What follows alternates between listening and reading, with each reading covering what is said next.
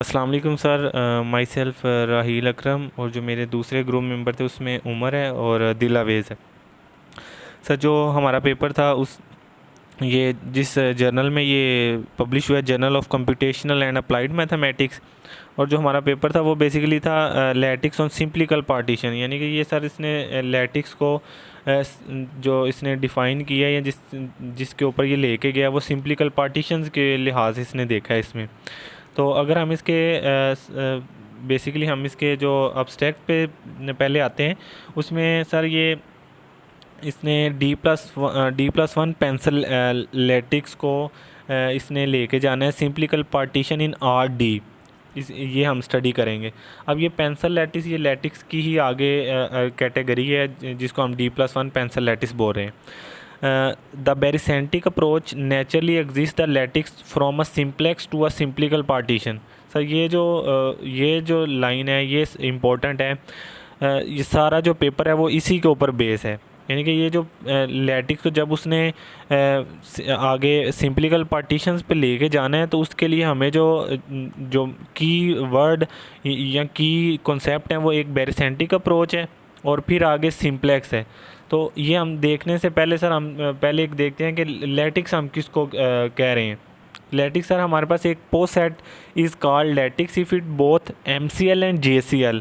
अब sir MCL हमारे पास होता है मीट स्टिमुलस और JCL होता है जॉइंट स्टिमुलस। और अगर हम इसको सिंपल वर्डिंग में कहें कि लैटिक्स को हम कैसे डिफाइन कर सकते हैं, for every pair of element there exist a meet and join. Meet जो हमारे पास होता है सर वो ग्रेटेस्ट लोअर बाउंड होता है और जो ज्वाइंट होता है वो लीस्ट अपर बाउंड होता है। तो ये हमने देखा सर जी कि व्हाट इज़ लैटिक्स। फिर सर कहता है हमने इसमें providing a continuous piecewise polynomial interpolant over the extended lattice, the number of degrees of freedom is equal to the number of vertices to the simplicial partition.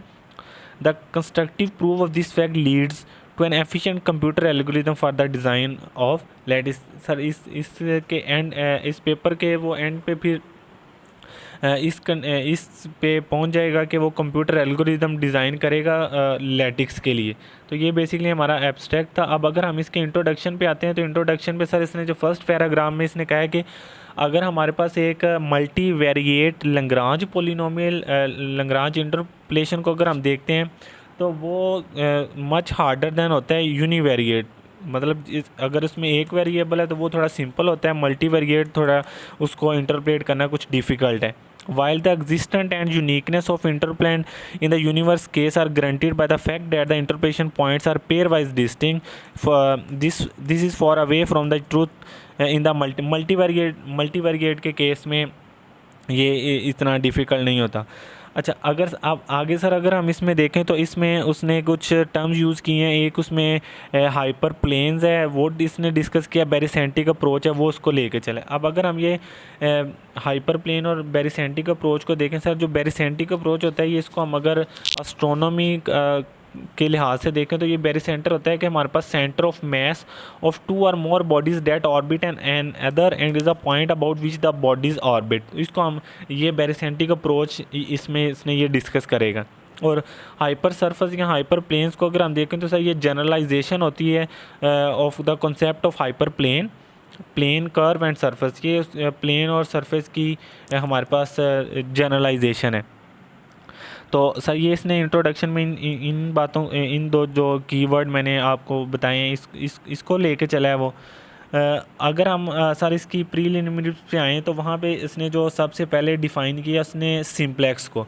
तो simplex हमारे पास जो क्या है एक R D is a simplex in R D is a convex hall of D+1 vertices I from 0 to 1 up to D. Since for the purpose of the ordering the vertices of the simplex will be important the notion. ये simplex की notion ये हमारे पास del वाली है T0 T1 up to TD। ये उसने एक simplex को डिफ़ाइन कर दिया। आगे चलें तो आगे सर उसने D+1 पेंसिल लैटिक्स को डिफ़ाइन किया। अब ये बेसिकली क्या है कि ये सिंप्लेक्स के ऊपर डिफ़ाइन करेगा।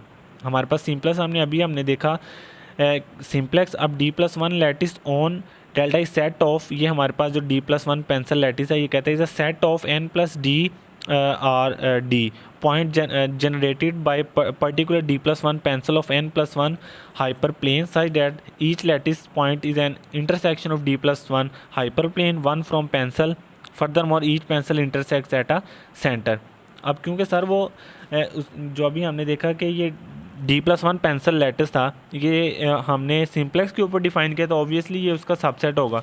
तो ये इसी वजह से ये सी आई सबसेट है R D I is equal to 0 1 up to D.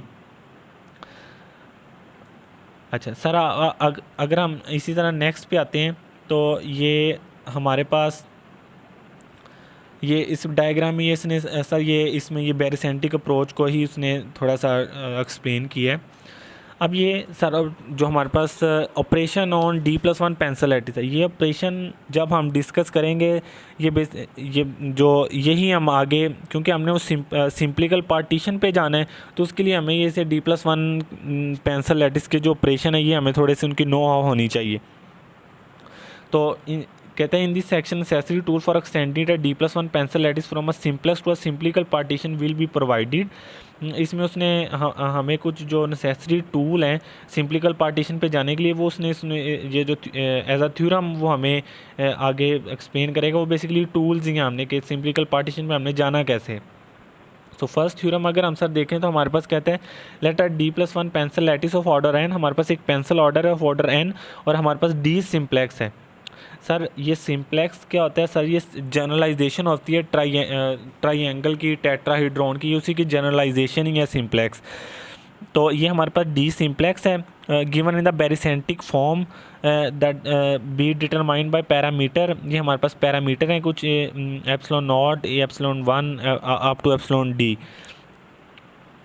तो सर ये एक थ्योरम ये इसी तरह ये थ्योरम 1 है। अब आगे इसमें देखें कहता है सिलेक्ट एन आर फेस। अब ये आर फेस जो सिंप्लेक्स है ये बेसिकली जो सिंप्लेक्स है उसी का सबसेट होगा। A restriction of the lattice to ये जो आर फेस हमने सिंप्लेक्स लिए है an R+1 pencil lattice on जो आर फेस सिंप्लेक्स है with the barycentric coordinate with respect to. ये अभी हमने देखा था ना सर कि बैरिसेंटिक अप्रोच में हम जिनके दो या दो से ज़्यादा ऑब्जेक्ट हों उनका वो ऑर्बिट सेम हो, तो ये उसने दो सिंप्लेक्स लिए हैं और उनके ऊपर बैरिसेंटिक अप्रोच को अप्लाई कर रहे हैं। अब सर अगर हम आगे थ्योरम 2 पे आते हैं, थ्योरम 2 पे देखें सर हमारे पास जो थ्योरम 2 की स्टेटमेंट है उसमें कहता है let the barycentric representation of a D+1 pencil lattice of order n on a D simplex be given by parameter and let. ये हमारे पास जो उसके पैरामीटर थे उसमें कहता है ई के जो उनका प्रोडक्ट है डी के 0 ये नॉट इक्वल टू 1 और restriction of the lattice to a cycle T I के +1 और के कहाँ से 0 1 2 अप टू आर। और इसमें डिटरमाइन द करस्पॉन्डिंग ये हमारे पास एक अल्फ़ा जो हम डिफ़ाइन करेंगे ये यूनिक होगा। अगर हम इसी तरह आगे थ्योरम 3 पे आते हैं सर, उसमें देखें ये हमने इसमें ये इसकी स्टेटमेंट हम कर रहे हैं कि ये हमें टूल प्रोवाइड कर रही हैं। बेसिकली ये जो स्टेटमेंट है ये हमें टूल प्रोवाइड कर रही हैं कि हमने जो सिंप्लिकल पार्टीशन पे हम किन टूल्स के थ्रू हम जाएंगे। उसमें देखें कि D+1 पेंसिल लैटिस ऑन ये हमारे पास सिंप्लेक्स है और उसके पैरामीटर हैं ये यूनिकली डिटरमाइन, हम इनको uniquely determine by restriction to distinct edges. ये हमारे पास एजेस हैं के 0 1 2 up to D if the graph. अब ये जो फर्स्ट ग्राफ है सर जी इंटू ई के, ये जो हमारे वर्टिसेस है उनसे ग्राफ है, ये स्पैन कर रहा है जी ऑफ जो सिंप्लेक्स था। अच्छा फिर आगे सर ये दो कंडीशन है कि ई के जो हमारे पास ये पैरामीटर थे इज़ इक्वल टू 1 और जी कंटेन अ साइकिल। तो एक टूल ये हमें उसने प्रोवाइड की है। अब ये देखें सर जो हमने अभी बात की थी restriction to D+1 edges that uniquely determine the lattice on the simplex. तो ये सर उसने उसको एज अ डायग्राम भी शो किया है।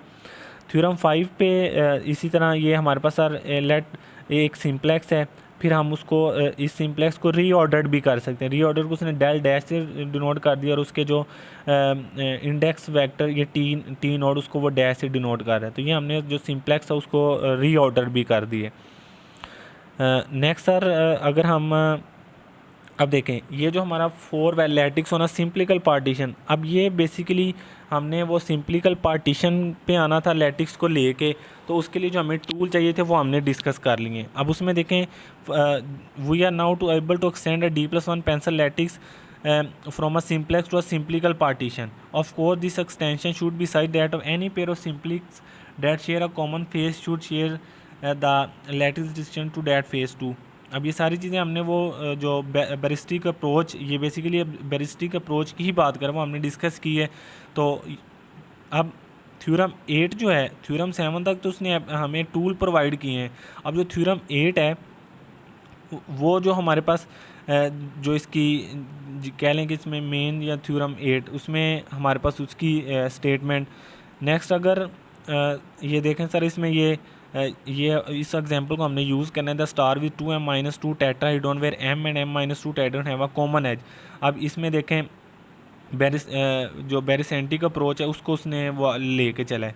अब सर हमने ये जो बातें की हैं, हम डिस्कस की हैं, उसमें देखें उसमें ये जो अब हम इसको एग्जांपल को देखते हैं, उसमें उसने सर डी जो है वो 3 लिया है। अब देखें in this section an example of for the case D is equal to 3 which illustrate from previous section. Sir उसमें एक सिंप्लेक्स है, उसमें T0, T1, T2, T3 is a tetrahedron. Let us observe an example of a star A. ये जो हम अभी हमने देखी ये एग्जांपल, वो स्टार के एग्जांपल ये ले रहे हैं with 2m-2 और m greater than or equal to 3 tetrahedron where m and m-2 tetrahedron are glued together। अब देखें सर ये glued together मीन ये बैरिसेंटिक अप्रोच को ही यहाँ पे ले डिस्कस करने लगा है। that they share a common edge respectively। this example also cover the minimal possible star in R3। क्योंकि हमने ये सर यहाँ पे D3 लिया था तो ये R3 की बात कर रहे हैं, तो ये आगे सर इसने इसको थोड़ा सा और एक्सप्लेन करने की कोशिश की है। आगे ये जो दोनों ऑब्जेक्ट्स उनके दरमियान अगर हमने उसने डिस्टेंस भी फाइंड करना हो तो ये उसके जो पैरामीटर थे उनको वो लेके चला है और उसको डिफरेंट उसने इसके ऊपर अप्लाई करके, ये देखें उसने उनके दरमियान जो पैरामीटर अप्लाई करके उसको उसने सिंप्लीफाई किया है। इसके आगे सर ये डिफरेंट जो उसके रेफरेंस है ये 8 हैं, इसमें देखें ये lattice admit unique Lagrange interpolation ये वाली चीज़ें। तो सर ये हमारा पेपर था, तो काइंडली आप इसको देख लीजिएगा।